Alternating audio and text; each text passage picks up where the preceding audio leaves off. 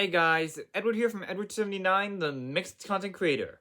Now, 2023 is almost over at the time of recording this, so it's that time of year again for another end of year compilation.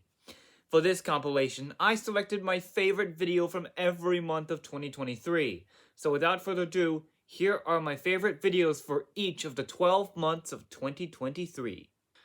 First up, the first month of 2023, January.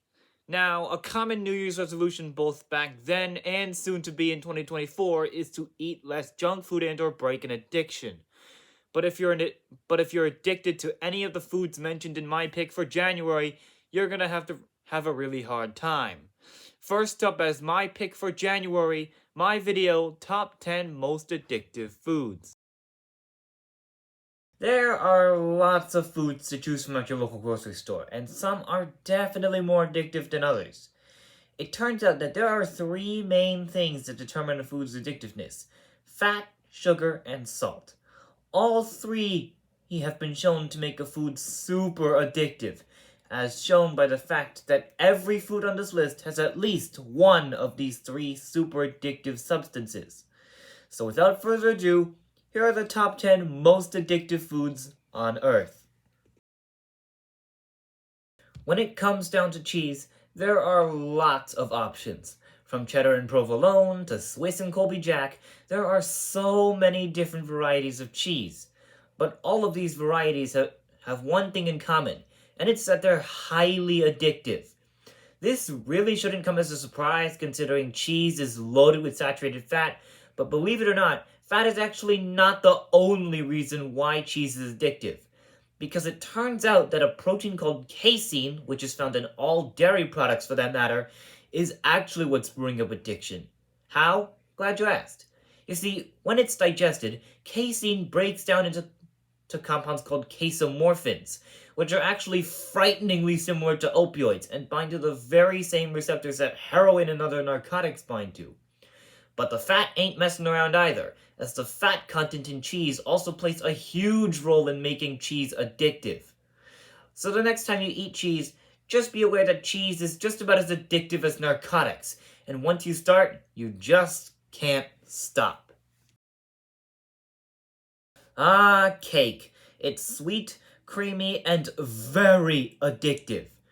This is in large part thanks to sugar, which is a whopping 4 times more addictive than most hard drugs. In fact, new research claims that cake is just as addictive as cigarettes and cocaine. That's because sugar causes your brain to release dopamine, and you start craving that hit of dopamine every time you eat sugar, leading to a long-term addiction. Of course, sugar isn't the only thing that causes cake to be addictive. It's also very fatty because fatty ingredients such as eggs, butter, and vegetable oil can all be found in cake. This, in turn, makes cake one of the most addictive foods on Earth. Overall, sugar is highly addictive, just as addictive as nicotine or cocaine, which is just proven by the fact that there are a lot of sugar-laden sweets on this list.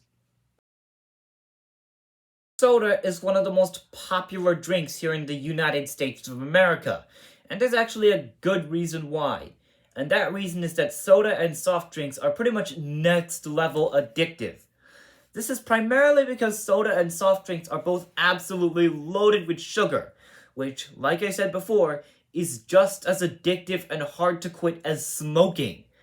What's worse, sugar in soft drinks is often replaced with high fructose corn syrup or artificial sweeteners, which are equally addictive as sugar, work pretty much the same way to get you hooked, and are arguably even worse for you than regular sugar. But it's not just the sweet stuff in soft drinks and sodas that you'll have to worry about. Caffeine is another habit-forming substance that's not just in soda, but also in foods and drinks such as tea, coffee, and a food further down this list. So just note that every time you take a swig of soda, you're signing a long, hard-to-break, and even potentially dangerous contract of long-term addiction. This one may be an American icon, but cheeseburgers really do pack a triple threat when it comes to addictiveness.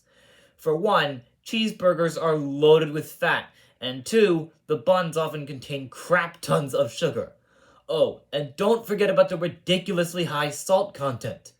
But the patty itself is also highly addictive, as the wild variety of complementary flavors made by the Maillard reaction makes hamburger patties really addictive. In addition, cheeseburger toppings provide flavors that go excellently together, further strengthening this already addictive food's addictiveness. The addiction potential of this fast food option is exacerbated even further by the fact that burgers are cheap and convenient, let alone that burger joints are pretty much everywhere here in the States. In summary, cheeseburgers may seem ordinary, but they can pack a mean punch of cold, hard addiction. Let's be honest, us Americans are infatuated with fried potatoes. French fries, hash browns, potato chips, and more are all favorites of Americans. But these fried potato dishes are also ridiculously addictive. And believe it or not, there's actually quite a lot of dispute going on as to why French fries are so addictive. Some believe it's the double punch of salt and fat, while others believe it's the way they're fried. But fat, salt, and certain cooking methods like frying all increase the amount of feel-good hormones released when you eat a food. So my best guess is that the French fries' addictive potential comes from a combination of all these factors. But there's actually another something in these fried potato sticks that makes them addictive. A chemical called monosodium glutamate, or MSG. While it's not physically addictive, it is emotionally addictive because the glutamate in MSG activates the pleasure centers in the brain, making eating it a very pleasurable experience. So with fat, salt, the fact that they're fried, and MSG, it's really no surprise that French fries are easily one of the most addictive foods on earth. I scream, you scream, we all scream for ice cream. It's a very popular song, but is there any truth to its title? It turns out, yes. Ice cream is an extremely addicting food that can become habitual fast. Here's why. Remember when I said that sugar hacks your brain in the same ways as crack? Well, the same principle applies here, as ice cream is literally one of the most sugar-laden foods you'll ever eat. Combine that with crap tons of fat and you have addiction simply waiting to happen. As the sugar and fat melts on your tongue, feel-good chemicals like dopamine get fired up. You crave this dopamine rush over and over and over again until it's a full-blown addiction. And like with so many other foods mentioned previously on this list, an ice cream addiction is very, very, very, very hard to break. Because as I talked about previously, sugar is basically edible cocaine and you are not going to change my mind about it. As one of the most ubiquitous snack foods, cookies are one of the few foods on this list that have all three ingredients of addiction: sugar, fat, and salt. These substances combine in order to trigger various brain responses that are frighteningly close to those that drug addicts feel after consuming substances they're addicted to. But the cookie's addictive potential is strengthened in the chocolate chip cookie. The reason why I say this is because this cookie in particular has one of the most addictive ingredients on earth. It's not salt, it's not butter, and it's not even the frighteningly addictive sweetener that is sugar. It's a mystery ingredient that I'll reveal later. But the most addictive cookie of all is the Oreo cookie. The creamy filling, crunchy exterior, high sugar content, and ridiculous amounts of trans fat all make it addiction simply waiting to happen. This all sounds bad to say the least, but this next food, a fried potato snack that us Americans are infatuated with, is even worse. Remember when I said that us Americans are obsessed with fried potatoes back when I was talking about French fries? Well, it turns out that another form of fried potato chips, are even more addicting. They're actually so addictive that this fried potato snack has gotten loads of notoriety due to its potential for addiction. Although potato chips are low in sugar, for once, they more than make up for it with fat and salt. These are two things that both make potato chips addictive and give it a hell of a lot of notoriety.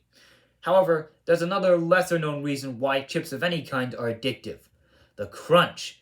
Many people find it very satisfying and combine it with the fat, oil, and salt, and you get a hyper addictive snack that us Americans are absolutely obsessed with. Now, don't get me wrong, us Americans are obsessed with fried potato in general, but the next food on this list isn't fried and crunchy, but it's another sugar laden snack that, believe it or not, I'm actually addicted to myself. Remember when I said there was a mystery ingredient that makes chocolate chip cookies extra addictive? It's the chocolate chips, and for good reason. Chocolate is one of the most addictive foods to ever exist, and believe it or not, I'm actually addicted to the stuff myself, as you should know from the loads of videos I posted being related to or featuring this cacao confectionery. But I digress. There are two main things that make chocolate hyper addictive: sugar and fat. Sugar, like I said before, hacks your brain in the same way as many hard drugs, while fat gives chocolate a rich, smooth consistency. Combine these two hyper addictive ingredients into a chocolate bar, and you have the most addictive snack on earth. Chocolate is actually so addictive that we even have our own separate word for someone who's addicted to chocolate: a chocoholic. The consumption of chocolate also heightens a brain chemical called enkephalin, which triggers receptors frighteningly similar to those triggered by opioid use. So it turns out you really shouldn't be surprised that I'm addicted to chocolate. After all, it is more addictive than heroin and morphine. But before we get to the number one spot, here are some honorable mentions that didn't quite make the list. Buttered popcorn. For having so much damn fat and salt that this movie theater snack can become a legit addiction. White bread. Because the flavor, texture, glycemic index, and sometimes even added sugar makes white bread a seemingly ordinary food that's actually wildly addictive. Fried chicken. For the simple reason of being fried, and Americans especially love fried food of any kind, as long as it's fried. Bacon. Because it's ridiculously fatty, loaded with salt, and also has added sugar. The threatening trio of addiction. And now, as one of the most commonly eaten foods here in the US, pizza's trio of simple carbs, added fat, and salt makes it crazily addicting, even more so than other madly addictive foods like cheese, chocolate, or chips. And speaking of cheese, you may actually remember that it was a food I mentioned earlier on this list, as it's another highly addictive food. What that means is that cheese is so addictive that the addition of cheese actually boosts the addiction potential of pizza by a landslide. And I should also note that pretty much every part of the pizza is addictive in some way. The pie is loaded with simple carbs, the meat is rich and loaded with fat, the cheese has ridiculous amounts of fat, and the sweet sauce completes the addiction criteria. Pizza and its toppings are also jam-packed with a compound called glutamate, which is insanely addictive and can be found in tomatoes, cheese, sausage, and pepperoni, all of which are pizza toppings. Overall, pizza is considered to be the most addictive food on earth due to an explosive combination of wildly addictive ingredients and flavors. Now, that was my favorite video from January, but my favorite video from February, i.e. my birth month, is a little more, let's just say, metallic. Next up, my pick for February, ranking metals from lowest to highest melting point, part 2. Now, if you've seen my ranking metals from lowest to highest melting point part 1 video, then you know this is an ongoing series. I ranked 10 metals in that video, so today we're going to be ranking 10 more in this video. So without further ado, let's get to the ranks. First up in part 2 is tellurium. Tellurium is actually toxic, although nowhere near as toxic as cadmium or lead. But despite its toxicity, tellurium is still a very valuable metal, and the fourth rarest non-radioactive metal on Earth, with it only occurring at 0.001 parts per million in the Earth's crust. That's rarer than platinum, with 0.003 parts per million, gold with 0.0011 parts per million, and silver with 0.07 parts per million. Tellurium is actually the last metal on this list with a melting point below 1000 degrees Fahrenheit, or 537.778 Celsius, with a melting point of 841.1 degrees Fahrenheit, or 44.9 degrees Celsius. Next up on this list is antimony. Unlike many of the metals on this list, antimony is considered a metalloid, which is basically a substance that blurs the line between metals and nonmetals on the periodic table. Other metalloids include boron, silicon, germanium, arsenic, and the previously mentioned metalloid tellurium. Although it's commonly alloyed with lead and tin to improve strength and durability, copper is another metal that antimony is oftentimes alloyed with. It's also the 63rd most abundant element on Earth, occurring anywhere from 0.2 to 0.5 parts per million in the crust, actually making it rarer than any of the rare earth metals except promethium. Antimony is the first metal on this list with a melting point surpassing 1000 degrees Fahrenheit, or 537.778 Celsius, with a melting point of 1167 degrees Fahrenheit, or 630.6 degrees Celsius. Coming up after antimony is magnesium. Just like other alkali metals, magnesium only occurs naturally in combination with other elements, and it never occurs pure in nature. And unlike most other alkali metals, such as the violently reactive rubidium and cesium, magnesium isn't very reactive, with the only reaction happening is oxidation forming a coat of magnesium oxide, protecting the metal from further corrosion and oxidation damage. Pure magnesium has a medium level melting point, melting at 1202 degrees Fahrenheit, or 650 degrees Celsius. Next up on this list is aluminum. If you know one thing about aluminum, it's that compared to other metals, it's everywhere, occurring at a whopping 270,000 parts per million in the Earth's crust, making it the third most common element in Earth's crust behind silicon and oxygen. It's lightweight, soft, malleable, and is used in tons of different applications, including cans, kitchen utensils, window frames, foils, airplane parts, and even beer kegs. And I would be a criminal if I didn't mention, well, I probably already mentioned this already, but aluminum foil. Aluminum's melting point isn't far off from antimony's, with a melting point of 1221 degrees Fahrenheit, or 660.3 degrees Celsius. Coming up next is another notoriously toxic element on the periodic table, arsenic. Its toxicity is pretty hard to exaggerate, and it can even kill you in large enough amounts, which, let's be real, isn't that much. And believe it or not, back in the days, a compound called cupric hydrogen arsenic was used as a green dye for literally everything, from candy and toys to soap and clothing. Thankfully, cupric hydrogen arsenic is now outlawed, but rice still has it. Yes, rice. More specifically, rice that's grown in former cotton fields that have been sprayed with arsenic, as back when those fields were growing cotton, arsenic was a widespread pesticide.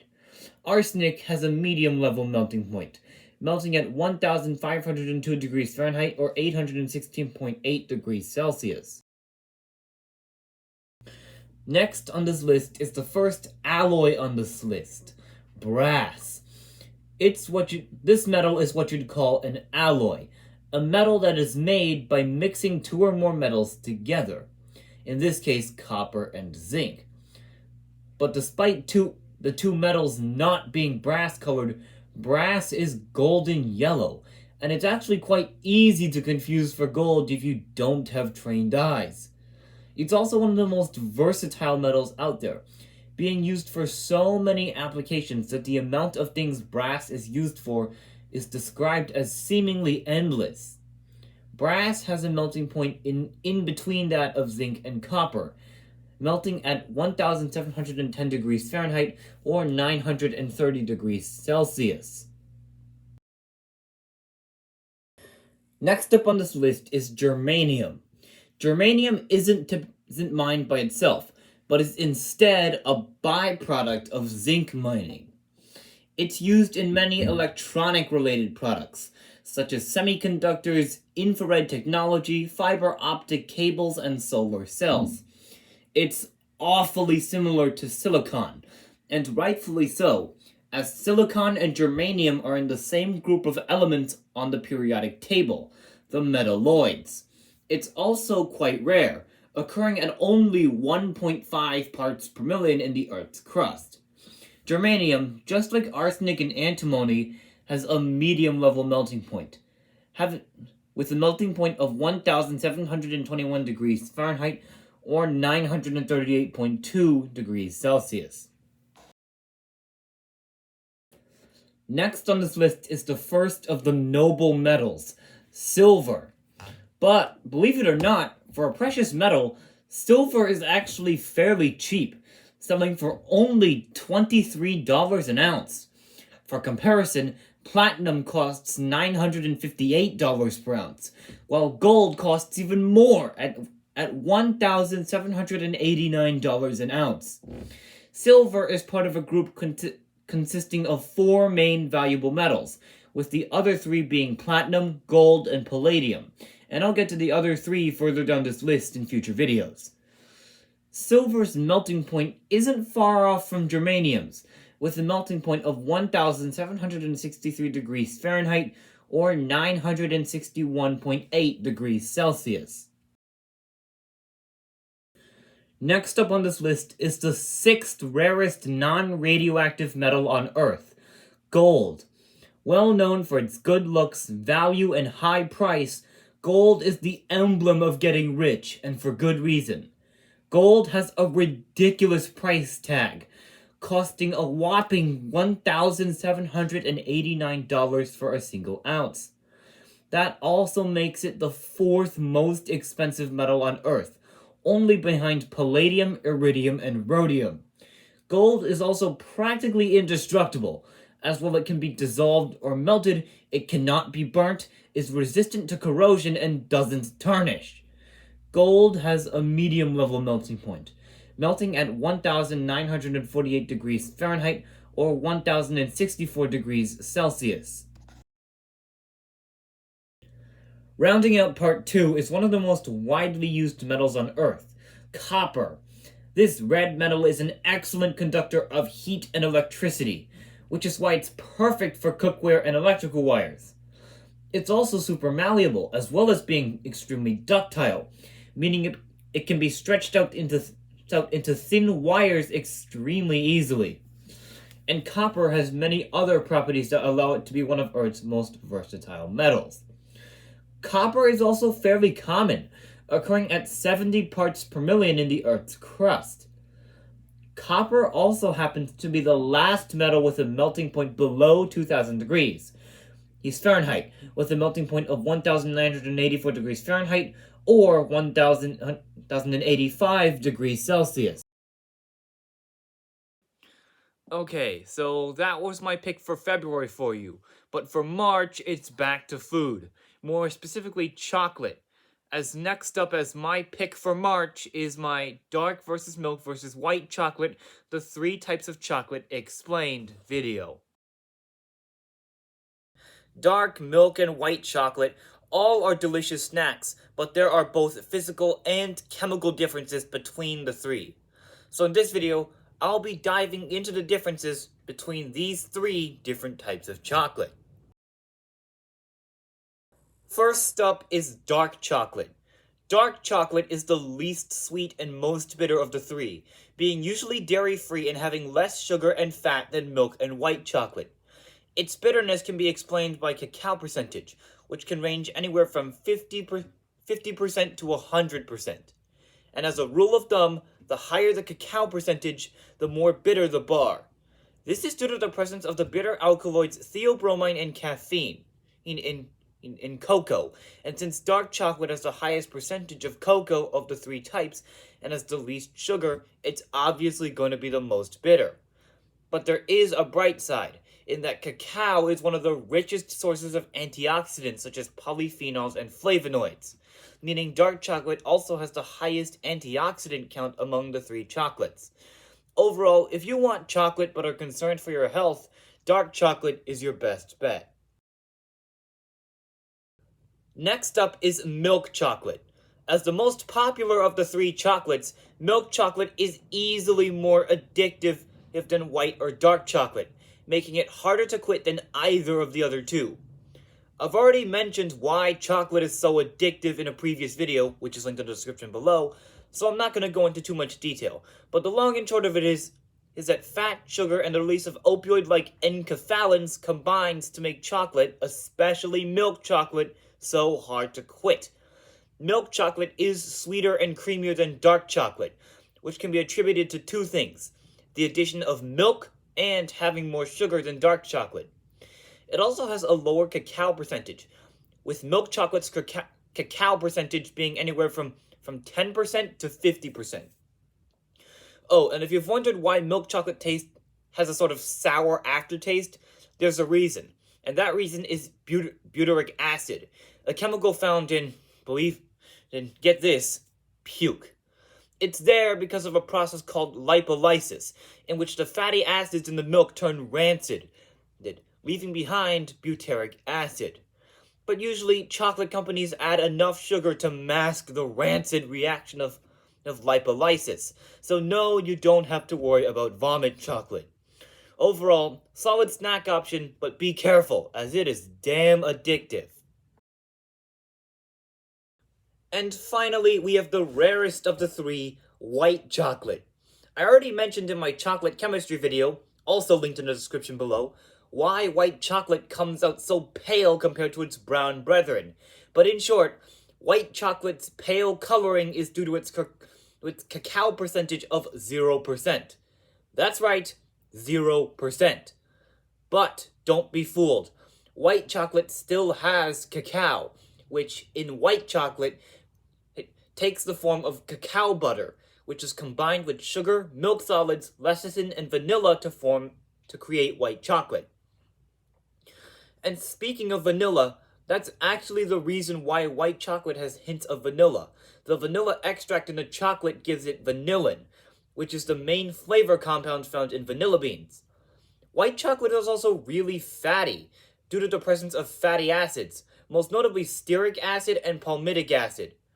White chocolate is hated by many for being, quote-unquote, too sweet, and this is due to having more sugar than milk or dark chocolate, with no bitter cocoa solids to keep the sweetness under control, leaving behind a super sweet treat that some hate, and others, like me, love.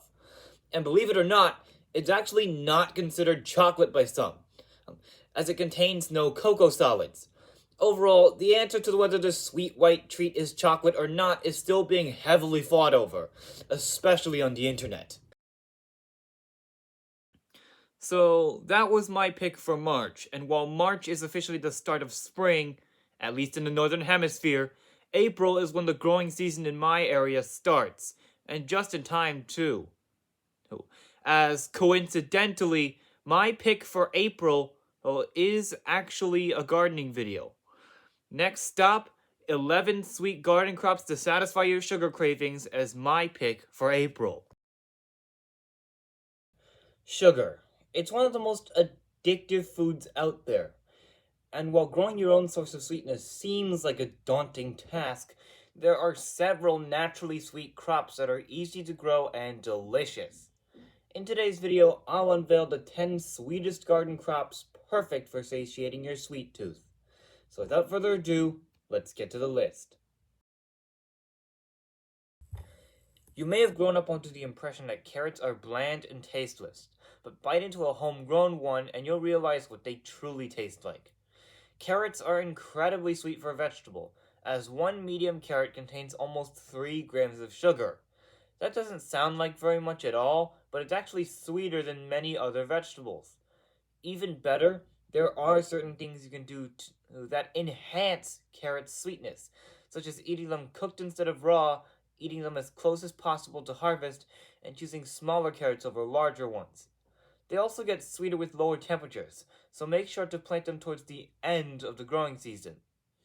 Unfortunately, soil that's compacted or has a lot of stones or sticks usually does produce deformed carrots, which, while they're still edible, usually have a woodier core and are not as sweet.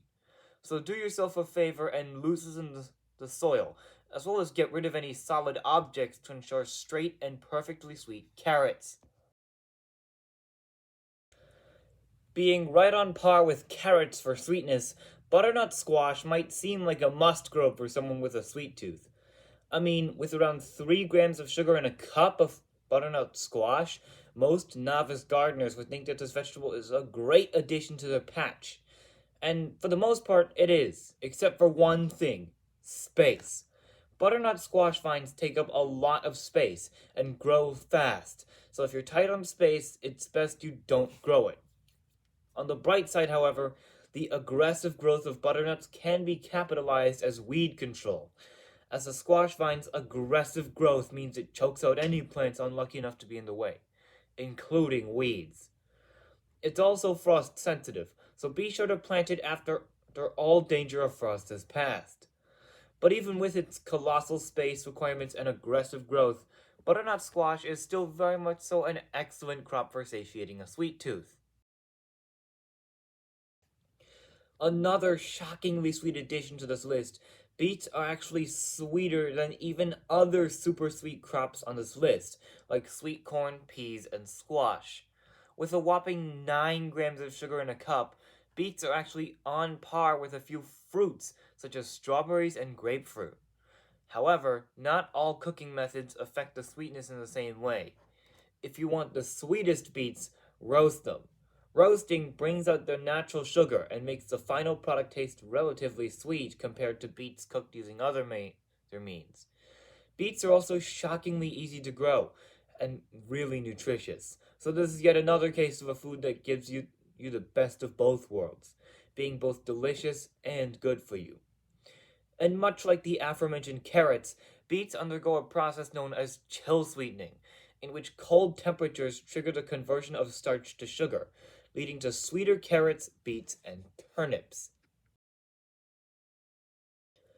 Tomatoes aren't usually thought of as sweet, and they're not that high in sugar compared to other crops on this list.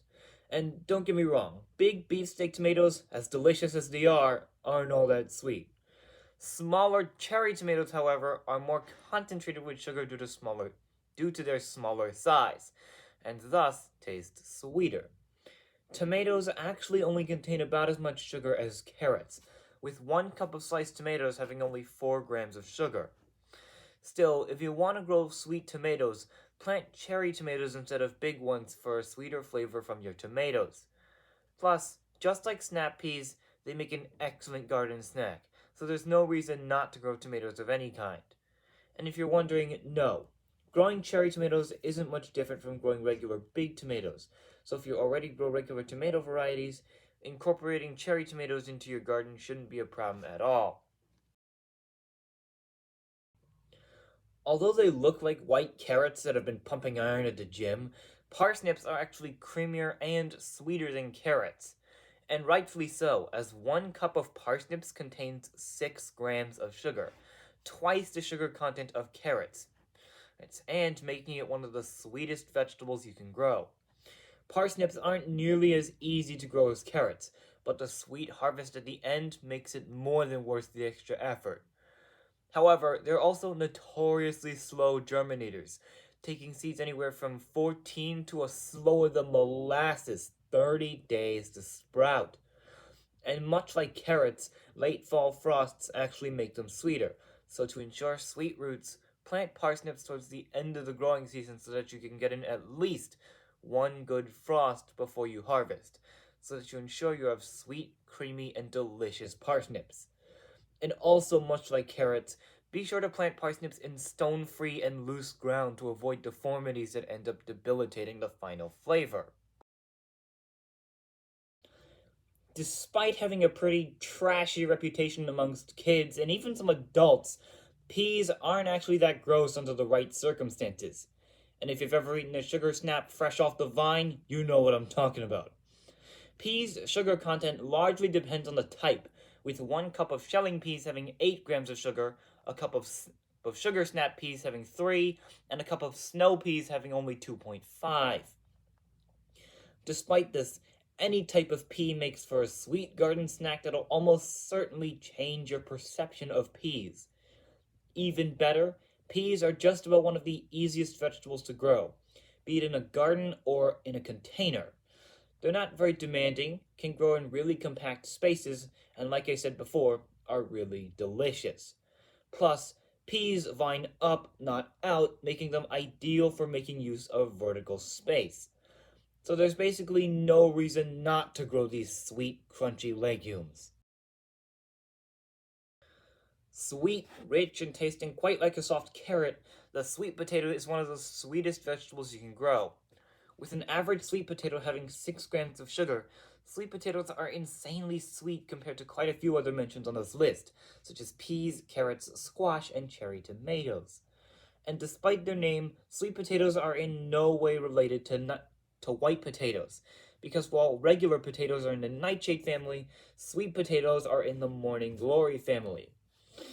And also, unlike potatoes, sweet potatoes are extremely frost sensitive, needing anywhere from 85 to 120 days of consistent, warm, frost free weather for a successful crop, which is why they're usually grown in the southern United States. But there are several people that have tried and succeeded in growing this crop further north. So when it comes to the sweet, creamy tuber, the sky really is the limit.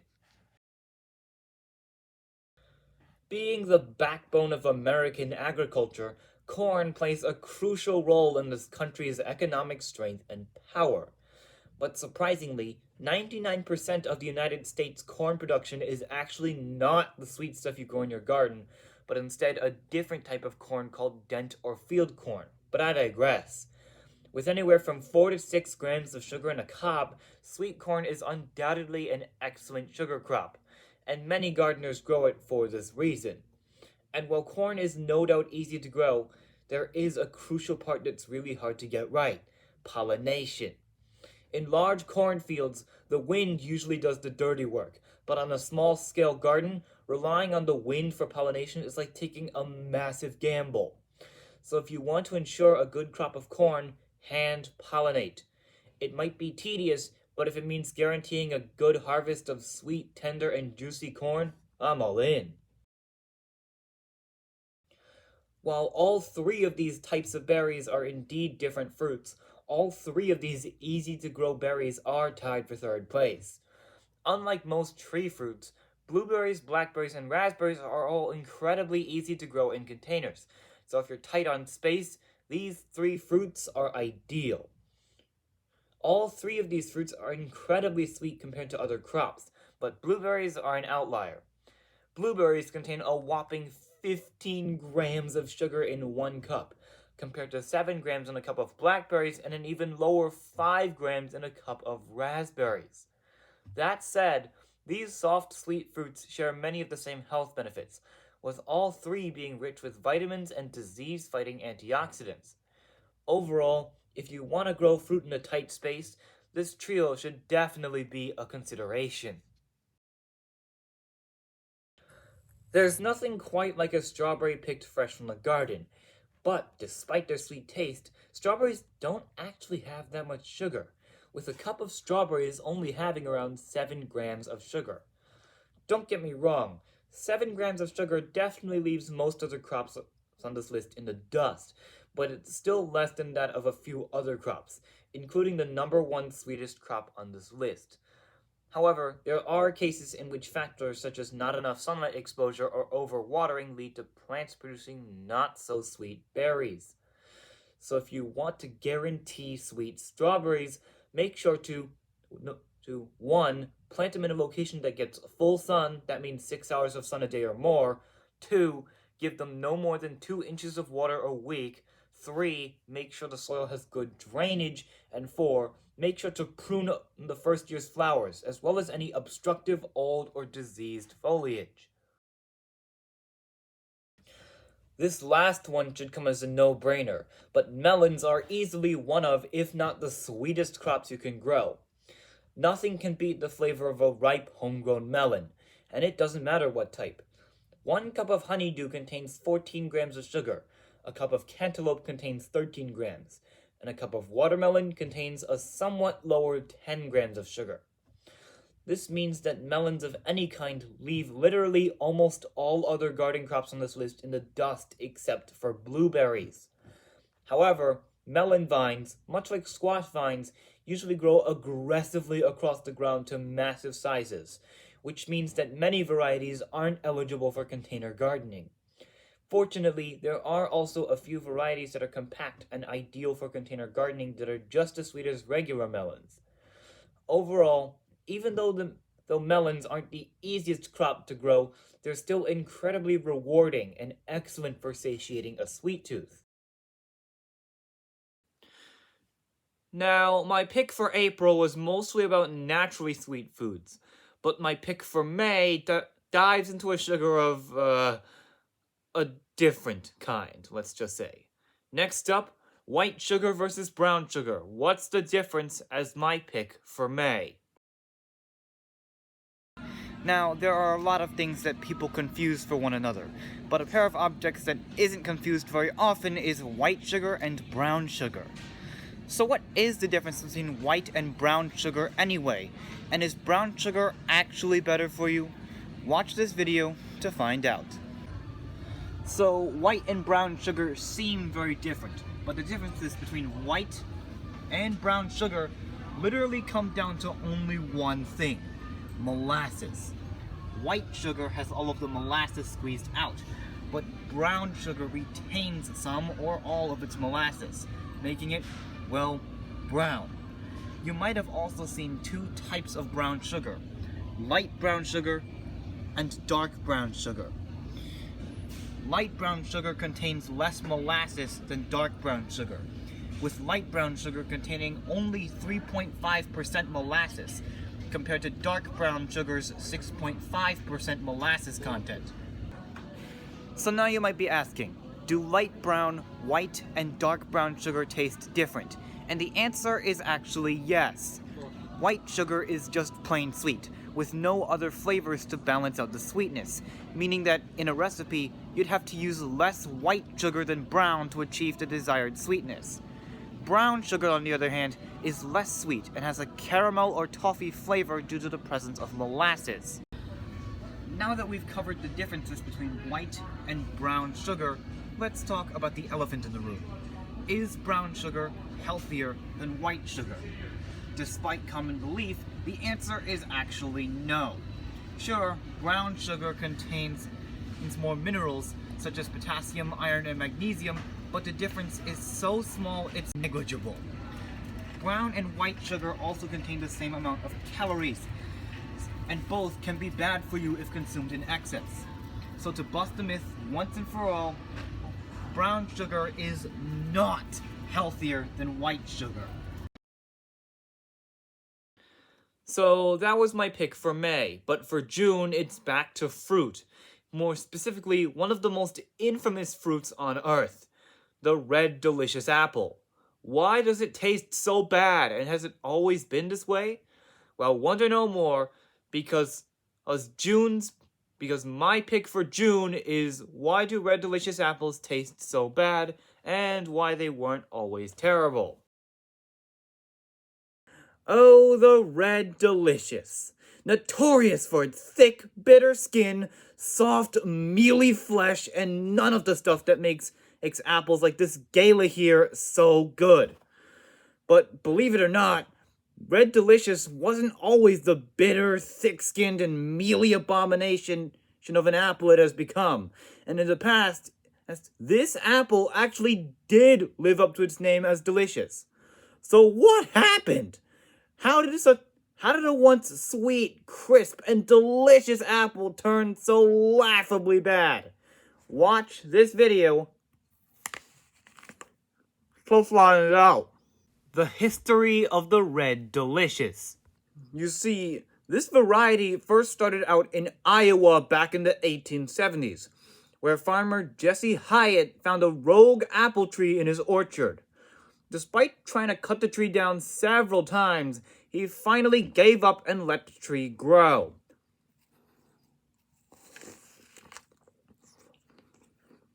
Soon finding out that it bore beautiful red and gold streaked apples that were also sweet, crisp, and, well, delicious. The variety was soon named Hawkeye after Hyatt's home state, and soon the president of Stark Brothers would try out the new apple.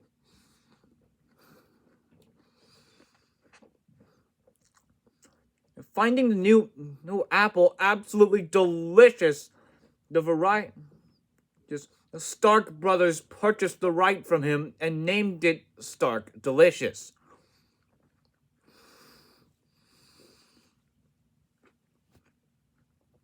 Then, in 1914, after the Golden Delicious got its name, the apple finally received its modern-day name, the Red Delicious. The genetic disaster of the Red Delicious.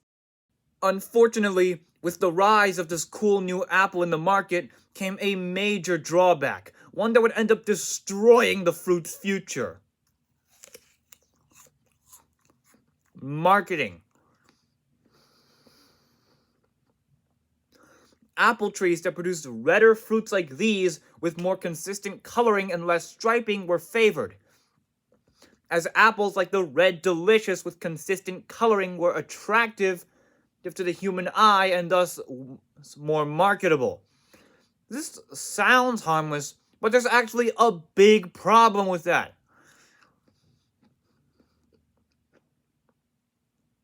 The problem is that the genes that accounted for the variety's great flavor were on the exact same chromosome as the gene coding for its striped skin.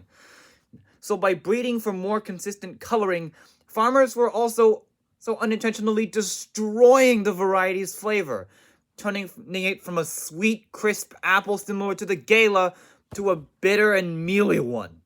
The apple was also bred, intentionally no less, to have thicker skin, which granted it a longer shelf life, which is why the skin of modern-day Red Delicious is so darn thick compared to other apples like this Gala here. Basically, by breeding the apple for aesthetics and a long shelf life, farmers had basically destroyed the flavor and created the apple abomination the Red Delicious is today. Alternatives. Fortunately for all the apple aficionados of the world, there are still plenty of great alternatives to the Red Delicious that also taste really good. I already mentioned the Gala here, but there's also Fuji, Brayburn, Honeycrisp, and Pink Lady, as well as newer apple varieties that are bred to taste great, like Snapdragon, Cosmic Crisp, Wild Twist, Crimson Crisp, and Jazz. All of these varieties are sweet, juicy, and full of flavor, unlike poor Red Delicious who'd given up his flavor just to look good and last long. And for those of you who still like the fruit, I'm not stopping you. If you like Red Delicious, go ahead and enjoy. But the Red Delicious is still arguably the most hated apple variety of all time. Okay, so that was June's pick, but sticking to the topic of fruit and vegetables, July is the peak of the growing season in my area. So it's quite a coincidence that my pick for July is actually a gardening related video. Next up, 10 plants you should never buy as transplants as my pick for July. Now, when it comes to growing flowers or veggies, you have two main options: seeds and transplants. And while there are quite a few plants that can do perfectly fine transplanted or direct sown, There are some plants that either really don't like being transplanted or are highly susceptible to transplant shock and the stress that it causes.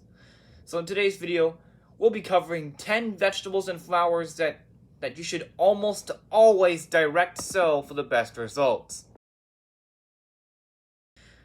While it is in fact possible to transplant bean seedlings, you must be very careful, as bean seedlings are surprisingly fragile and their delicate roots can easily be damaged during the transplanting process, unless you have really skilled hands.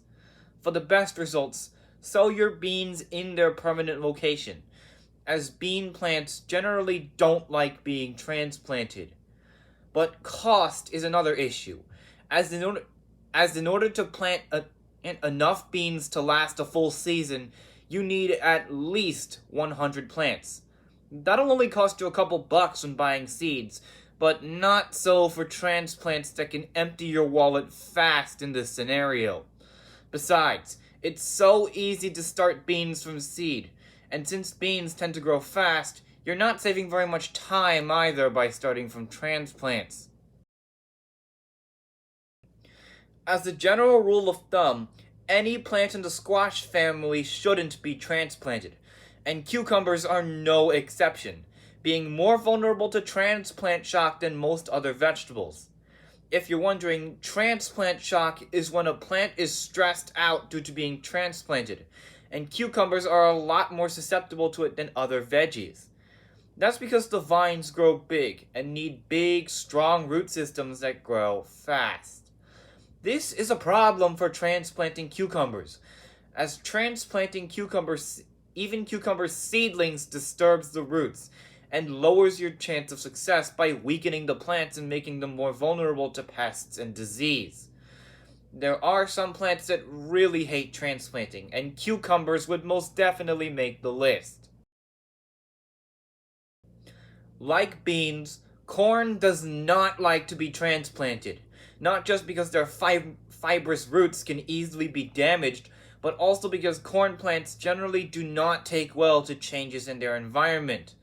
Transplanting corn can also get very, and I mean very, expensive, as in order to achieve proper pollination and get a successful corn harvest, you need 4 rows of 4 plants, which translates to 16 plants.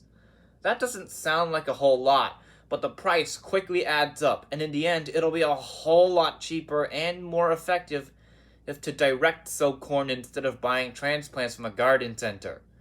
However, just like beans, transplanting corn is still possible, but only if you have very skilled hands that won't disturb the delicate roots. This shouldn't come as a surprise, but root vegetables really don't take too well to being transplanted. Carrots, radishes, turnips, and beets are all not very fit for transplanting, as the transplanting process disturbs the roots, stresses the plant out, and prolongs the time before harvest. Carrots in particular hate transplanting, and radishes grow so fast it's not even worth starting them indoors. Beets, on the other hand, can handle transplanting, but should still be direct sown for the best results possible. Root vegetables have taproots that make them unsuitable candidates for transplanting, and as we go further down this list, you may notice that most plants that shouldn't be transplanted have delicate root systems vulnerable to transplant shock, including this next plant.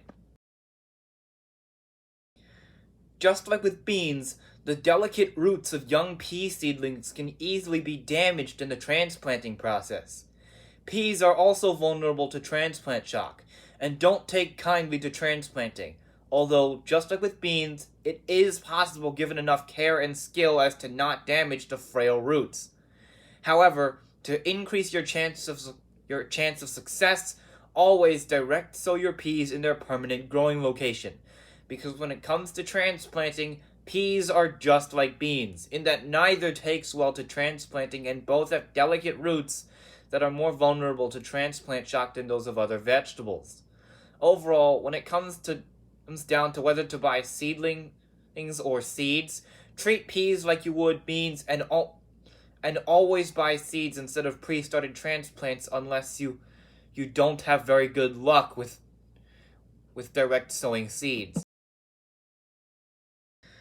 Just like any other member of the squash family, melons are not fond of transplanting, as their root systems that quickly establish themselves and grow fast can really pose a problem when you're trying to transplant them.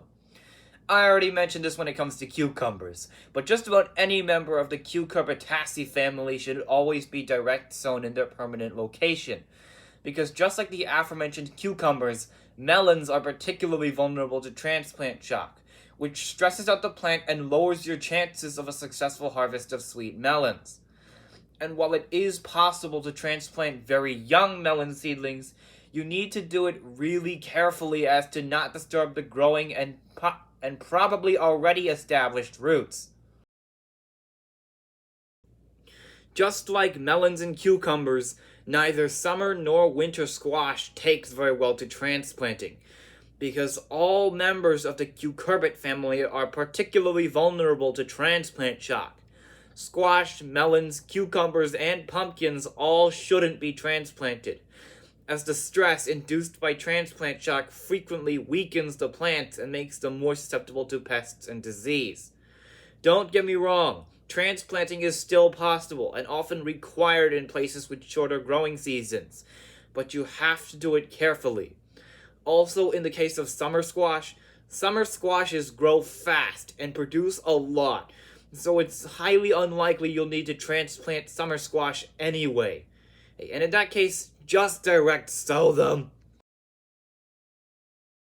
While it is possible to successfully transplant zinnias, these bright, beautiful blossoms still very much so grow best when direct sown, as they grow quickly and their roots are vulnerable to being disturbed. Zinnias aren't as badly affected by transplant shock as carrots or squash, but they should still be direct sown in their permanent location as to not disturb the roots and for the best results. Besides, zinnias are incredibly easy to grow from seed and often grow really fast, so there isn't even a need to buy transplants. And while you can start them indoors, one, I don't see a reason to, and two, you have to do it when you have to transplant zinnia seedlings when the plants are very young and very carefully as to not disturb the roots. Another flower not fond of being transplanted, nasturtiums are a great garden addition, with nasturtiums making excellent trap crops for many types of pests. And if you're wondering, a trap crop is a plant specifically grown to draw pests away from your more prized plants. But back to transplanting. Just like zinnias, nasturtiums don't take too well to transplanting, and most gardeners report having better luck with direct sowing these beautiful, and edible by the way, flowers. Their fragile roots don't make for very easy transplanting, and even if you wanted to, it's still best as to transplant them when they're very young. If you do want to start them indoors, use peat pots to reduce your chances of transplant shock, or just direct sow them for the best results.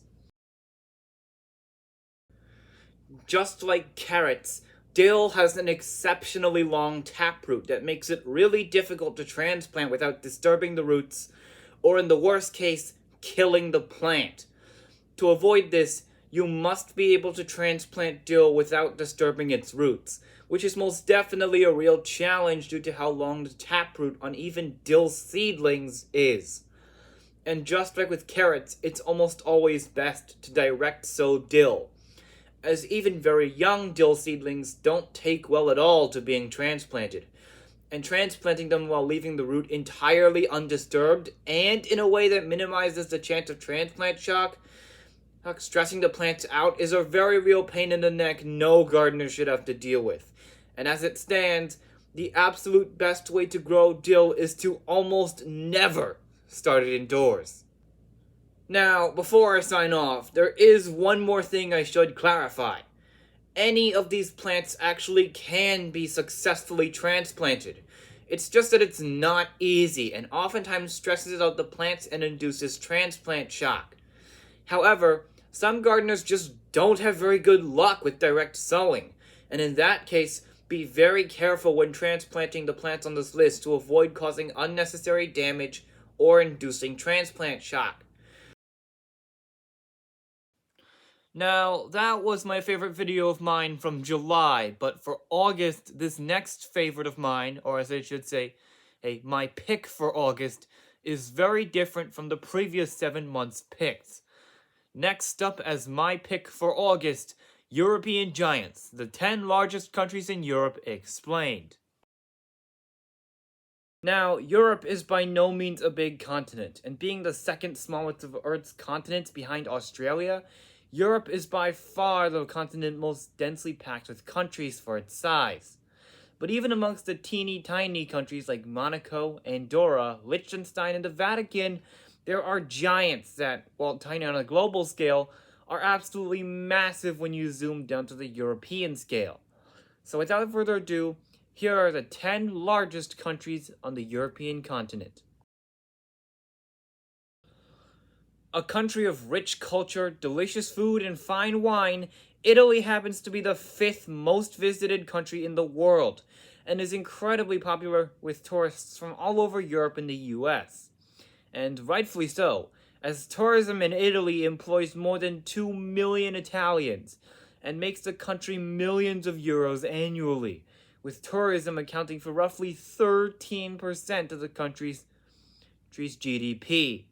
Weirdly enough, Italy also has not one, but 2 microstates inside of it, San Marino and the Vatican. And here's something you probably didn't know.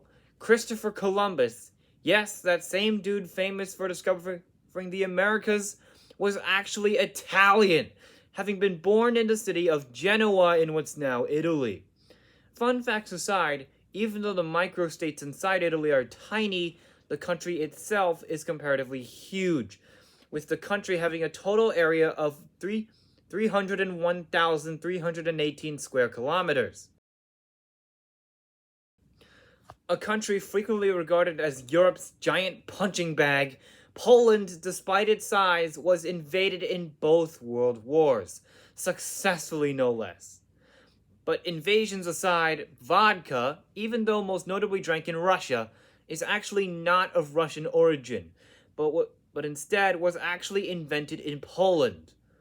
Poland isn't as dependent on tourism as most other European countries, even though it holds some pretty impressive feats to this day, like having the world's biggest castle and being home to many of Europe's largest animals, most notably the European bison, a species once on the brink of extinction that's now making a comeback, just like its American counterpart. And wouldn't you know it, the country with the most of them is Poland. Poland is a little bit bigger than Italy, with the country's total area being 312,685 square kilometers. Well known for holding the record of being the happiest country in the world for 6 years straight, Finland has a lot of reasons behind its happiness. Finland has an excellent education system, universal, not free however, healthcare, and several other services that all contribute to how happy the country is. And as if that wasn't enough, the capital of Finland, Helsinki, actually has the cleanest air of anywhere in the world, and Finland also holds other impressive feats. For example, Finns drink the most coffee of anywhere on Earth. The country has 2 million saunas, and yes, Finland has been the happiest country on Earth for 6 years straight. And considering the excellent services, the high levels of trust between Finns and the locals' appreciation of the simple things in life, it's not a huge surprise. Finland is the 8th biggest country in Europe, with Finland's total area being 338,145 square kilometers. Well known for its, less than peaceful past in both world wars, Germany today is nowhere near as violent as its past predecessors, Nazi Germany and the German Empire. German culture incorporates beer a lot, from the Oktoberfest to having the world's oldest brewery, and even having a secret beer code to order the drink. Germany, however, is not the country that drinks the most beer. That honor There can go either to China, which has the highest overall beer consumption, or the Czech Republic, which has the highest per capita consumption. German is also the 5th most taught foreign language in the world, being beaten by Spanish, Mandarin Chinese, French, and English, and is spoken in not just Germany, but also Switzerland, Liechtenstein, Austria, and Luxembourg. Germany is one of the biggest countries in the European continent, with Germany having a total land area of 357,386 square kilometers. As one of the richest countries in the entire world, Norway has successfully managed to avoid the problems that usually plague countries with a lot of oil, most notably Venezuela. Norway is in what's known as the Nordics, a group of countries in Northern Europe that includes Denmark, Iceland, Norway, Sweden, and Finland, one of which will appear further down this list. Norway is also incredibly safe to visit and live in, although I should warn you that you may find Norwegians rather cold if you come from a more gregarious culture, as the Nordics in general tend to be reserved and keep to themselves. And just like all of the Nordics, the country made the list of the top 10 happiest countries in the world yet again, with Norway ranking 7th in 2023. Norway is also rather big, with Norway having a total land area of 385,178 square kilometers. Traveling not very far at all, next up on this list is Sweden. The land border between Sweden and Norway is the longest in Europe, with the Norway-Sweden border having a total length of 1,620 kilometers. And if you wanted to know something really weird, Sweden actually imports garbage. That's right, because Swedish people generate very little garbage, there's no longer very much waste for Sweden to incinerate for energy. So as a solution, Sweden actually imports garbage from Norway and the UK to fuel the country's incinerators, which are used as the primary source of energy instead of oil and other fossil fuels. 49% of Sweden's waste ends up being incinerated, with 50% being recycled or composted, and the remaining only 1% of Sweden's garbage ending up in a landfill. Oh, and 57% of Sweden is still forested. So if a clean environment is what you're looking for, Sweden is the perfect place to find it. Sweden holds the title as the 5th largest country in Europe, with the country's total land area being 447,425 square kilometers. Claiming the title as the 4th largest country in Europe and 2nd most visited country in the world, we'll get to the most visited country in a second, is Spain. Spain's national anthem is the Marcha Real, which translates to Royal March, but that's not what's weird about it. What's weird is that the Spanish national anthem has no words. Yup, Spain is one of only 4 countries in the world whose national anthems have no words, with the others being Kosovo, San Marino, and Bosnia and Herzegovina. Spain is also the world's largest producer of olive oil, producing just about twice as much as the next biggest producer, Italy. And as far as bullfighting, it is legal in most of Spain, except in the provinces of Catalonia and the Canary Islands. Other countries have also outlawed the practice, but I'm not going to get too deep in that. Like I said, Spain is huge, with the country's total land area being 498,511 square kilometers. The most visited country in the world and 3rd largest in Europe, France has a lot to offer, from the Eiffel Tower to the Louvre, as well as food and fine wine. Given all of this, it comes as no surprise France is the single most visited country in the world, and a popular destination for tourists from all over the world. There's a lot of food-related quirks in this country, including the fact that French supermarkets aren't actually allowed to throw away food too close to the best by date and instead donate it to charity or food banks, or that France produces over 1,500 types of cheese, or that the French eat over 25,000 tons of escargot, that's snails by the way, annually. But going back to size, France is the largest country in the European Union and third largest in Europe, with France having a total area of 551,695 square kilometers. Now, despite the recent Russian annexation of the regions of Crimea and Donbass, these regions are still legally Ukrainian, so I will still count Crimea and the Donbass region as part of Ukraine. But war business aside, Ukraine has a surprising lot of culture under its belt. You know Chernobyl, right? Well, that nuclear disaster occurred in Ukraine, and you can actually visit that site, although you will need a permit. But nuclear waste aside, this country is also called the breadbasket of Europe, and rightfully so, as Ukraine is not only one of the largest exporters of wheat, barley, and corn, but is also the biggest producer of sunflower seeds and sunflower oil. Not surprising considering the sunflower is Ukraine's national flower. Ukraine is the second largest country in Europe, with a total area of 603,628 square kilometers. Finally, we come to the Russian Federation, the biggest country in Europe and the world. Not too surprisingly, Russia is a transcontinental country, with Russia spanning both Europe and Asia. 40% of Europe's area is occupied by the European portion of Russia, which, mind you, also contains 75% of Russia's population, and largely due to the fact that the Asian part of Russia, what we'd call Siberia, is basically an unlivable frozen hellhole for most of the year.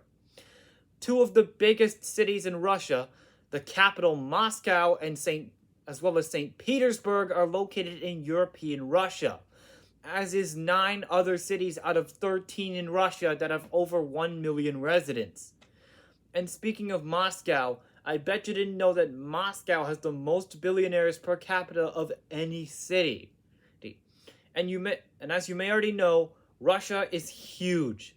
The European portion alone has an area of 3,969,100 square kilometers, let alone the entire country's gigantic area of 17,071,242 square kilometers, making Russia not only the biggest country in Europe, but also the biggest country in the world. So that was my pick for August, and my pick for September isn't actually terribly different, especially considering my learning of the languages I am learning right now had significantly slowed down in September. Next up, top 10 easiest languages for English speakers. Now, learning a new language seems hard, and it really is. But if you're just getting started, and are a native English speaker like me, consider trying out one of these top 10 comparatively really easy languages. In today's video, I'll be talking about the top 10 easiest languages to learn for English speakers. So without further ado, let's get into the video. Now, when it comes down to it, most of what makes Danish harder than Swedish and Norwegian is pronunciation, as Danish is often reported to be significantly harder to pronounce than the other two.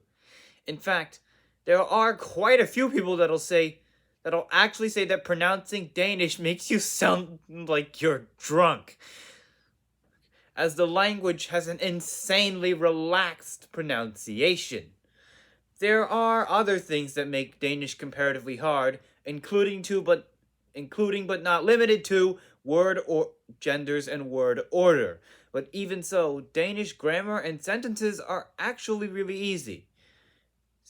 It's actually the pronunciation that makes the language all the harder compared to the other Nordic languages. And believe me, the pronunciation really makes the language a pain to learn. But pronunciation aside, Danish is actually surprisingly easy for English speakers, even though it's not as easy as Norwegian or Swedish. While learning Romanian, similar to German, seems nothing more like a pipe dream for most who have English as their mother tongue, you'll actually be very relieved to know that Romanian is actually quite easy.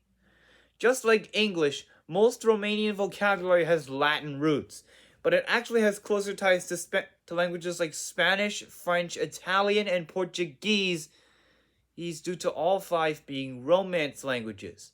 So if you can also speak Spanish, Italian, or any of the Romance languages, you've already got a head start.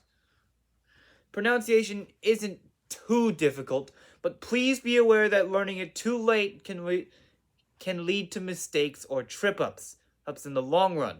So it's best to learn Romanian early. And while the grammar can be difficult as well, it's still unlikely native English speakers will have that hard of a time. I'm learning such a surprisingly easy language. If you're looking to travel to Europe but don't want to learn several different languages, then German might just be your lucky ticket. It's not just used in Germany but also in Austria, Luxembourg, Switzerland, and Liechtenstein, making learning it ideal if you want to travel to any of these countries. Fortunately, however, German is actually nowhere near as hard as people say, and is actually quite easy. Sure, it's most definitely not a walk in the park, but it's still pretty easy. The grammar is relatively easy, with clear, straightforward rules and recognizable patterns, and the fact that English and German are both Germanic languages makes it all the easier.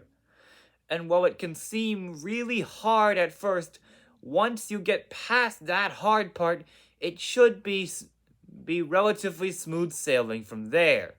So while German is definitely not a cakewalk, the language still is comparatively speaking really easy. As a language that seems very similar to Spanish, Portuguese still holds the record as one of the easiest languages to learn for English speakers, particularly so if you already know and or speak Spanish, as Portuguese and Spanish have a lot of similarities. Similar to many languages on this list, the language's grammar and conjugations are, similar to in Spanish, very simple, and the vocabulary is very straightforward, most definitely more so than other languages. And even though, just like Romanian, Portuguese isn't a Germanic language like English, there are still plenty of Portuguese words that are similar to English ones, as both share roots with Latin, directly so in the case of Portuguese and indirectly so in the case of English. However, like German and some other languages on this list, word genders can be tough, especially if you speak a gender-neutral language like English, but overall, Portuguese is pretty easy. As one of the most widely taught second languages by schools here in the US, French is easily rather popular as a second language, right up there alongside German and Spanish.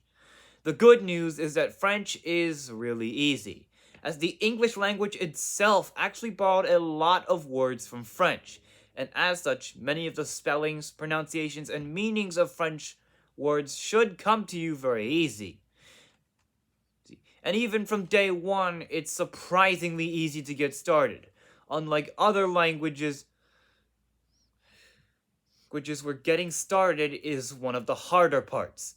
And while French isn't a Germanic language like some of the others on this list, and thus isn't that closely related to English, like I said before, a lot of English words were borrowed from French, so the words are pretty easy. As for the grammar, it's harder but not too hard, and French is overall a pretty easy language for English speakers.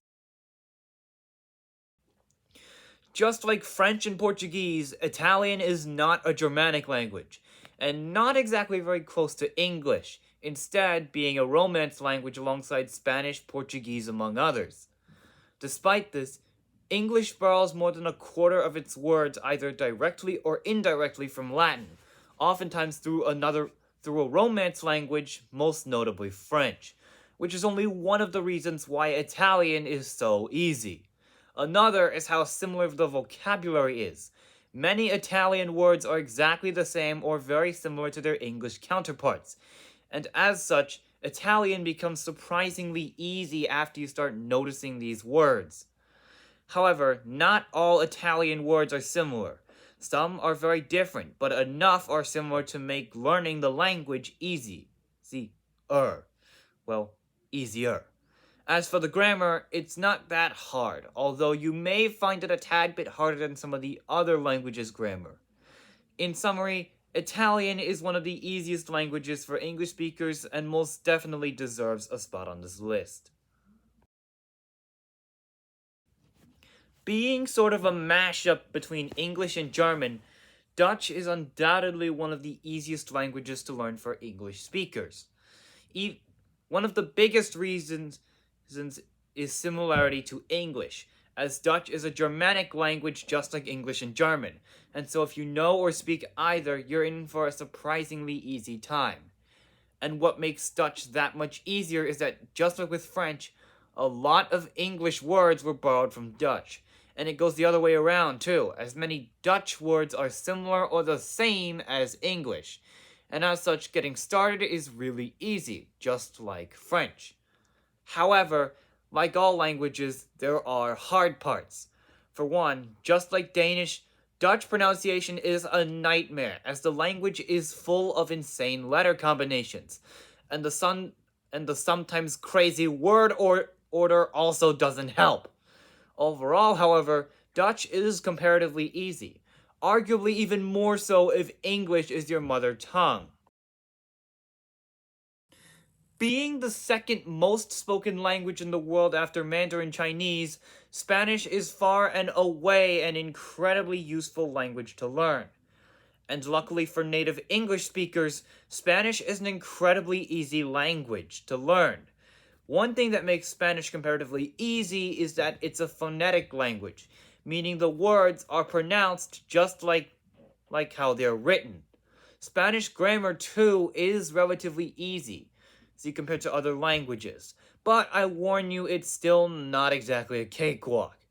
As for genders, Spanish is gendered, but similar to Dutch, Spanish has two genders for nouns, masculine and feminine, and unlike German, there are no gender-neutral nouns.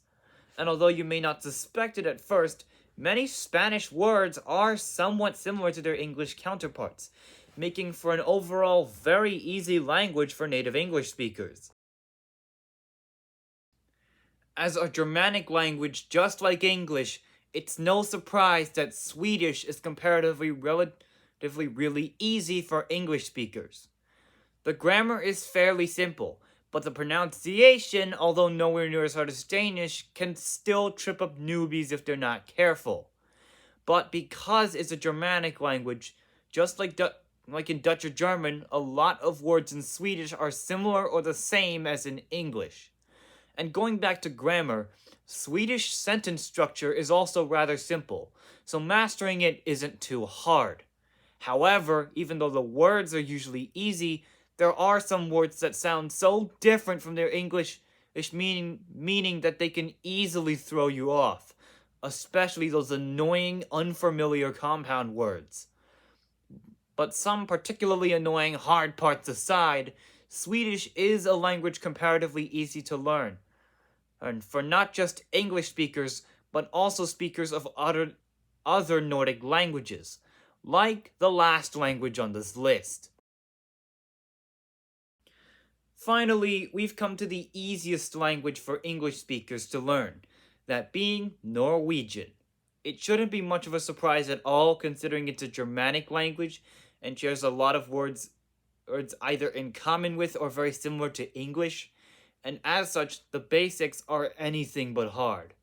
And speaking of the basics, once you have them down, the rest of the language should be comparatively pretty easy, especially in the case of grammar, in which once you get the basics down, the rest of the grammar comes more naturally and is easier to pick up. Pronunciation, on the other hand, is probably the hardest part of the language, as just like with Swedish, Norwegian most definitely has its fair share of words more than ready to trip you up with pronunciation. Overall, however, Norwegian is one of, if not the easiest language for an English speaker, and definitely worth a shot even if you're not moving to Norway anytime soon.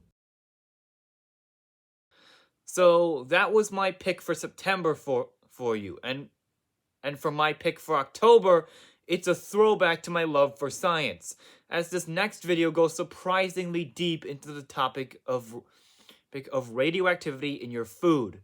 Next up as my pick for October, radioactivity in your food. Why are some foods radioactive and should you be scared? Now, food that's radioactive might seem like a completely foreign concept to most of you, but get this. There are a few foods, some of which you eat every day no less, that are actually radioactive. In today's video, I'm going to be diving into why certain foods are radioactive in the first place and whether or not you should actually be worried. So without further ado, let's get into the video. So before we actually get into the questions, there's a background question that needs to be asked. What is radiation in the first place? To put it simply, radiation is nothing more than energy given off by matter,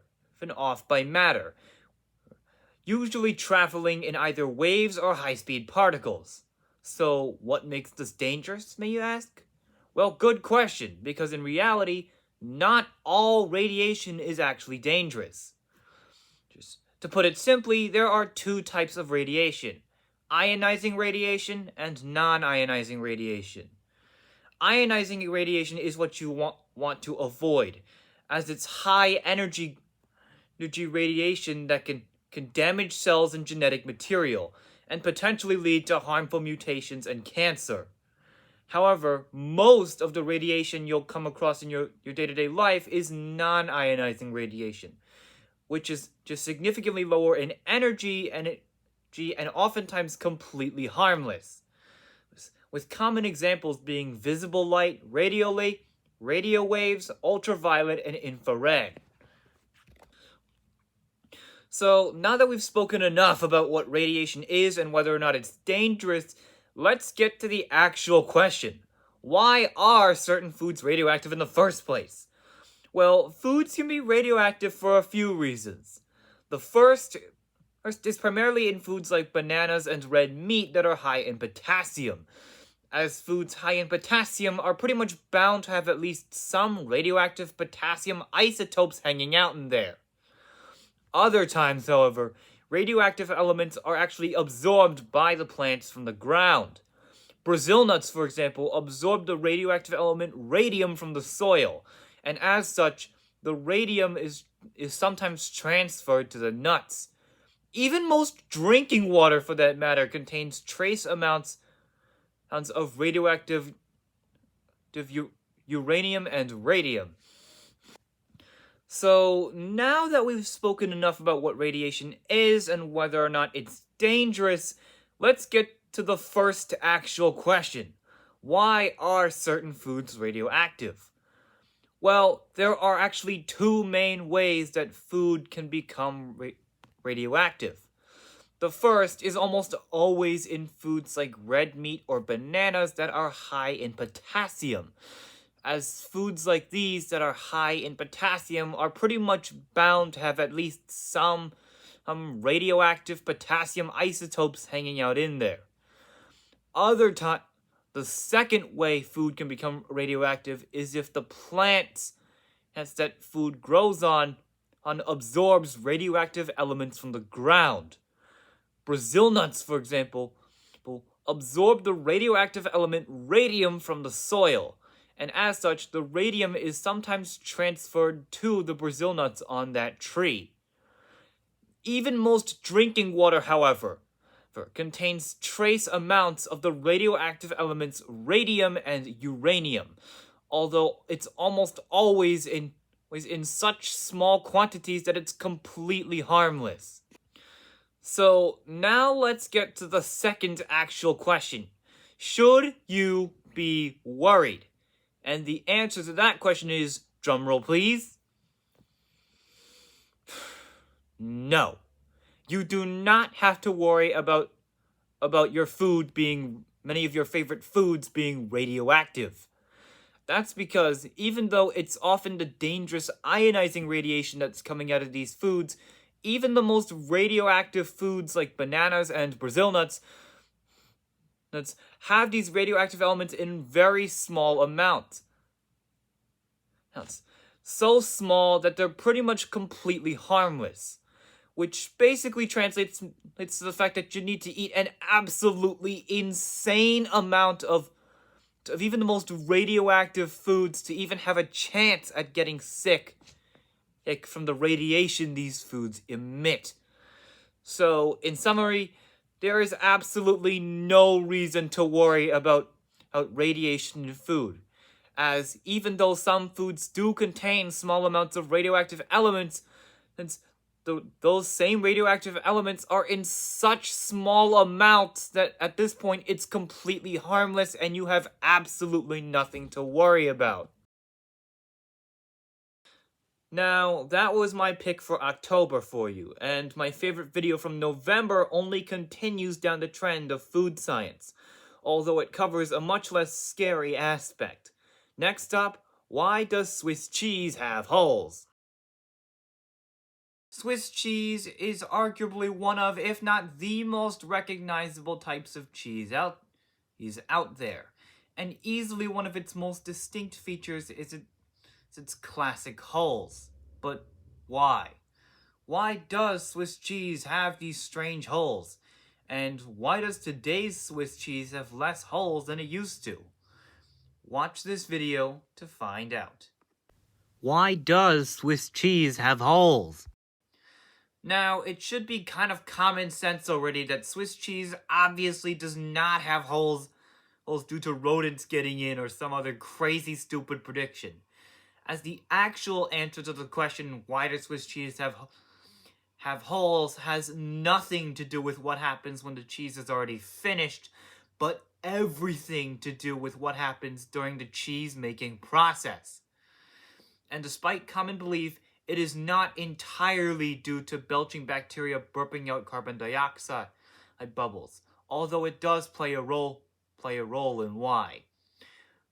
What actually causes the holes in your Swiss cheese is microscopic flecks of hay and other dirt that fall into milk collection buckets, which predictably harbor bacteria that burp out those carbon dioxide bubbles, which expand and form those classic holes in your Swiss cheese. Which leads me to my next point. Why does today's Swiss cheese have fewer and smaller holes than it used to? Now, like I said earlier in the video, the amount of holes in your Swiss is almost entirely dependent on how much of those microscopic hay particles get into the milk and facilitate the development of holes through belching microbes. So what does that have to do with modern Swiss cheese having less holes? A lot, actually. Modern methods of milk collection are often cleaner and more sanitary than back then, and as such, the amount of hay particles that get into the milk are significantly fewer nowadays. And with less of these particles in the milk, there are nowhere near as many of these bacteria that facilitate the development of holes, leading to the Swiss cheese of today having smaller and fewer holes than it used to, as less hay particles fall in and provide the bacteria that create those classic holes. In fact, cleanliness and food sanitation has done such a good job at getting rid of Swiss cheese's holes that nowadays you can actually find Swiss cheese with, get this, no holes. So the next time you see Swiss cheese at the store and wonder why there are so few holes, modern cleanliness and food sanitation is to blame. Finally, as a curveball to end the year, it's back to countries of the world for my pick for December. As next up as my pick for December is my top 10 most visited countries video. Tourism. It's a big part in many countries' economy and generates a lot of money for countries all over the world. But not all countries get an equal share of tourists, as some countries receive a whole hell of a lot more visitors than others. So without further ado, here are the Here are the world's top 10 most visited countries. Oh, the glorious United Kingdom. Well, it may not be obvious that the UK is full of tourists. Compared to other countries, the UK is actually really popular with foreign visitors, and for good reason. The country's rich history, amazing architecture, famous fashion, and intriguing culture are big magnets for tourists. And the abundance of pubs and alcohol all over Great Britain and Northern Ireland is no secret among both locals and tourists. And while the monarchy's impact on tourism in the British economy is debatable, places related to the royal family still attract millions of tourists and in the process generate millions of pounds worth of tourist money. The UK ranks as the 10th most visited country in the world, with the country receiving an average of 39.4 million international tourist arrivals annually. Well known for its beer, the Brandenburg Gate, and a ton of other things that don't start with B, Germany is another country that happens to be a magnet for foreign tourists. And with rich history, natural beauty, and culture, it's not hard to see why.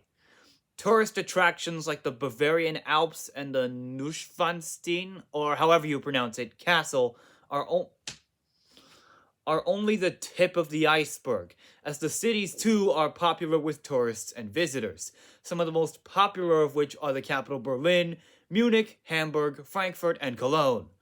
Oh, and who can forget Munich's Oktoberfest, an autumn festival that features lots, and I mean lots, of drinking German beer. So please, be very careful if you can't hold your booze.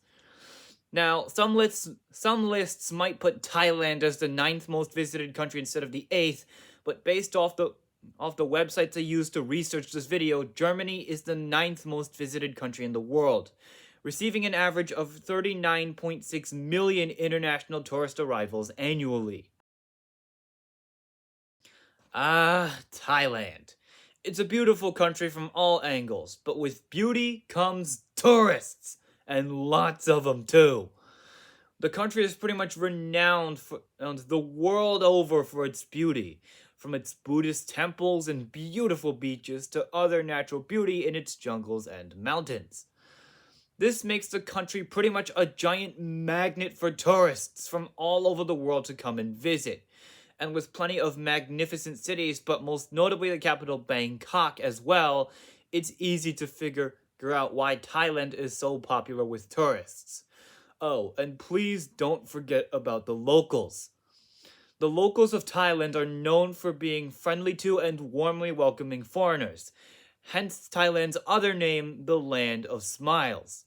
All things considered, it's no surprise that the country is a huge tourism hotspot, and the 8th most visited country in the world, as Thailand receives an average of 39.8 million international tourist arrivals annually. A vibrant hotspot of cuisine, culture, and beauty right on our southern border. I live in the US, by the way.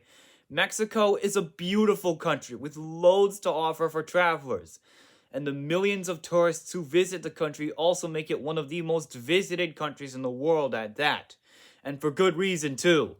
From Mayan ruins and fabulous beaches to an alluring culture, and vibrant cities such as Cancun and the capital Mexico City, the country is a treasure trove for visitors, being among the most tourist-friendly countries in the world, and like I said earlier, having a lot of incentives to visit. The country's vibrant nightlife, especially in Cancun, as well as its fascinating culture and fiery but delicious food, would make it all the more attractive as a destination for tourists. The country is the 7th most visited country in the world, with Mexico receiving an average of 45 million international tourist arrivals annually. Similar to other countries in the Mediterranean region like Greece, Cyprus, and Italy, Turkey is simply bursting with vibrant culture, history, and beauty from all angles. Its historical sites make it an excellent choice for history buffs, Its natural beauty cannot be ignored, and while bigger cities like the actually not the capital Istanbul and the actual capital Ankara aren't exactly known for their beauty, it's almost entirely because of bad planning despite historically having an incredible architectural heritage and beautiful historic buildings. But not so beautiful cities aside, Turkey still takes the spot as the sixth most visited country in the world, with the country receiving an average of 51.2 million international tourist arrivals annually. Staying in the Mediterranean for this next one, next up is Italy, a country that, just like Cyprus, Greece, or Turkey, is an absolute goldmine for history buffs, especially when you consider that the Italian peninsula was the beating heart of ancient Rome. History aside, though, Italy has a lot more to offer, from delicious food and a warm Mediterranean climate to beautiful cities and more. After all this, it's no surprise that Italy is a hotspot for tourism. Such a big hotspot, in fact, that certain areas are literally being overrun with tourists. Most notably Venice, which has already banned cruises from entering the fragile Venice Lagoon, and may take further action in the future to tame tourism in the region. All things considered, it's still not surprising Italy is the fifth most visited country in the world, with the country receiving an average of 64.5 million international tourist arrivals annually. Next up is arguably one of the oldest countries in the world, China. The country's rich history and culture attract lots of tourists, and who can forget the extremely popular tourist attraction that is the Great Wall of China? But there's actually a lot more to the country than just its ancient history and culture, as the country is also full of stunning landscapes, and has cuisine and gastronomical wonders arguably even better than the Chinese food here in America. Oh, and do not forget the extremely developed and actually really safe big cities in eastern China, the most popular with visitors of which is Shanghai, but the capital Beijing comes in second, followed by Guangzhou, Shan, or however you pronounce that one, and Hangzhou. China ranks as the fourth most visited country in the world, as China receives an average of 65.7 million international tourist arrivals annually. Ah, the United States of America. A huge country that's also actually quite popular with tourists. Now, if you live in the US, you may take it for granted, but the USA is actually huge. And being so big comes with a lot of tourist attractions. From museums and cities to cultural diversity and famous landmarks, the US abounds in reasons to visit, especially considering that safety concerns for visitors are actually way overblown. And having been born in the US, I can tell you that no, the US isn't full of racists out to kill you, and no, most areas aren't actually as dangerous as you'd believe, as most of the crime in the US is concentrated in a few very small areas that tourists avoid anyway. The US of A takes the title as the third most visited country in the world, as America receives an average of 79.3 million international tourist arrivals annually. Similar to Italy, certain areas of Spain, most notably Barcelona, are suffering under the weight of so many tourists, and there have even been attacks and protests against tourists, quote unquote, invading the city. That being said, however, most of Spain is still perfectly safe, and quite popular too. Spain's warm climate, beautiful cities with amazing architecture, delicious food, and fabulous beaches all combine to make Spain a tourist magnet. Although I should warn you, whatever you do, do not go to the beaches or the Spanish island of Mallorca, or Mallorca in English, during peak tourist season, unless fighting hundreds on hundreds of drunk British tourists just for a spot at the beach is your kind of vacation. That aside, however, Spain is still overall a wonderful destination, and is the second most visited country in the world, receiving an average of 83.7 million international tourist arrivals annually. Finally, we come to France, a country known all too well among tourists from all over the world, with delicious food, beautiful scenery, exquisite culture, and people that are actually nicer than you think, outside of Paris at least. It's no surprise that France is incredibly popular among visitors, with the capital Paris holding the title as the most visited city in the world. That said, however, France is a lot more than just Paris, as there are plenty of other big cities that are definitely worth visiting, like Lyon, Toulouse, Marseille, and Montpellier.